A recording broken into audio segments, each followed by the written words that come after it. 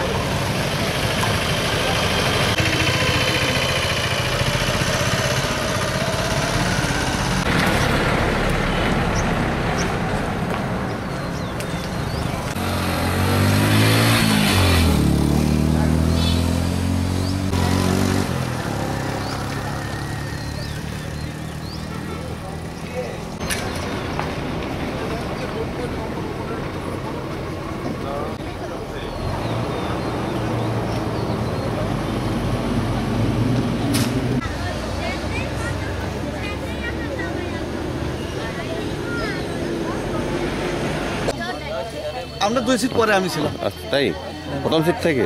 হ্যাঁ, প্রথম থেকে 2 সিট পরে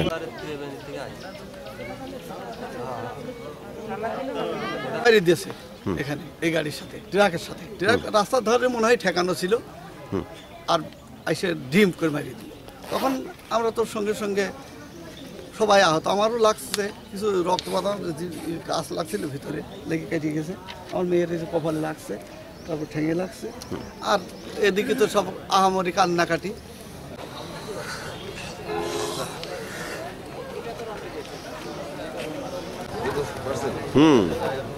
এটা কি হাইওয়ে ধরে নিয়ে যাবে নাকি না হাইওয়ে?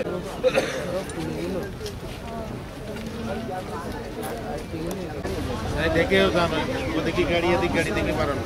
হ্যাঁ, ঠিকই।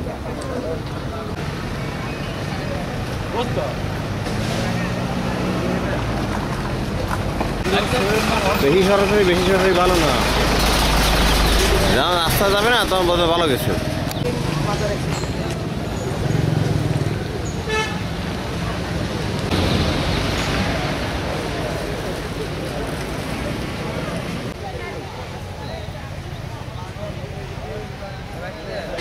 কি ওই যে গাড়িতে ছিলে, বলতে পারো কিছু ঘটনাটা কিভাবে ঘটছে তুমি দেখছি?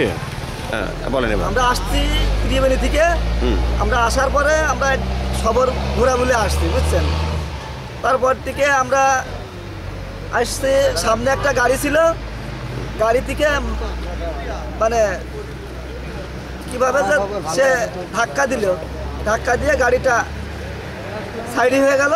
আমরা তারপর থেকে বেরিয়ে পড়ছি।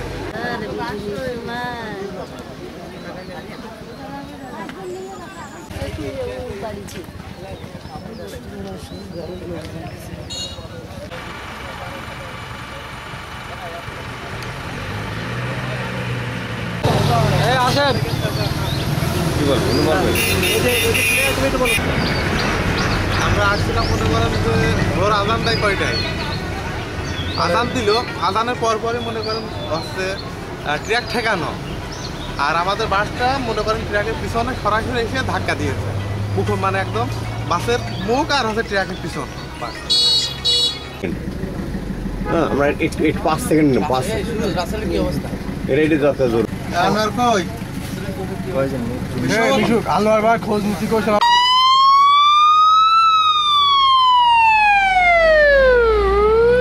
আমরা শেখপাড়া থেকে একটা পিকনিকের উদ্দেশ্যে রওনা দিচ্ছিলাম, এবং আমরা খানদানাল মাজার পর্যন্ত এসে ভোর রাত্রে একটা ট্রাকের সাথে সংঘর্ষ করে আমাদের ট্রাকটা চেপে যায় সামনে কেবিনে যেগুলো লোক ছিল তার মধ্যে 2টা লোক সঙ্গে সঙ্গে মারা গেছে। ঝিনাইদহ শৈলকুপা উপজেলার ত্রিবেণী গ্রাম থেকে প্রায় 60 জনের মতো একটা টিম, পিকনিক টিম, তারা গোড়াই পরিবহন যোগে বাগেরহাটের উদ্দেশ্যে রওনা দেয়। তাদের উদ্দেশ্য ছিল বাগেরহাট খানধানালি মাজার, 60 গম্বুজ এবং সুন্দরবন। ভোর রাত 5টার সময় খানধানালি মাজার বরাবর প্রধান সড়কে থেমে থাকা ট্রাকের পিছনে উক্ত পরিবহনটি সজোরে ধাক্কা দেয়। ঘটনাস্থলে একজন নিহত হয়, আর 5 জনকে আমরা আমাদের বাগেরহাট এবং খুলনার গাড়ি যোগে বিভিন্ন খুলনা মেডিকেল কলেজ হসপিটাল এবং বাগেরহাট সদর হসপিটালে পাঠাই। খুলনা মেডিকেল হসপিটালে নেওয়ার পরে আর একজন মারা যায়।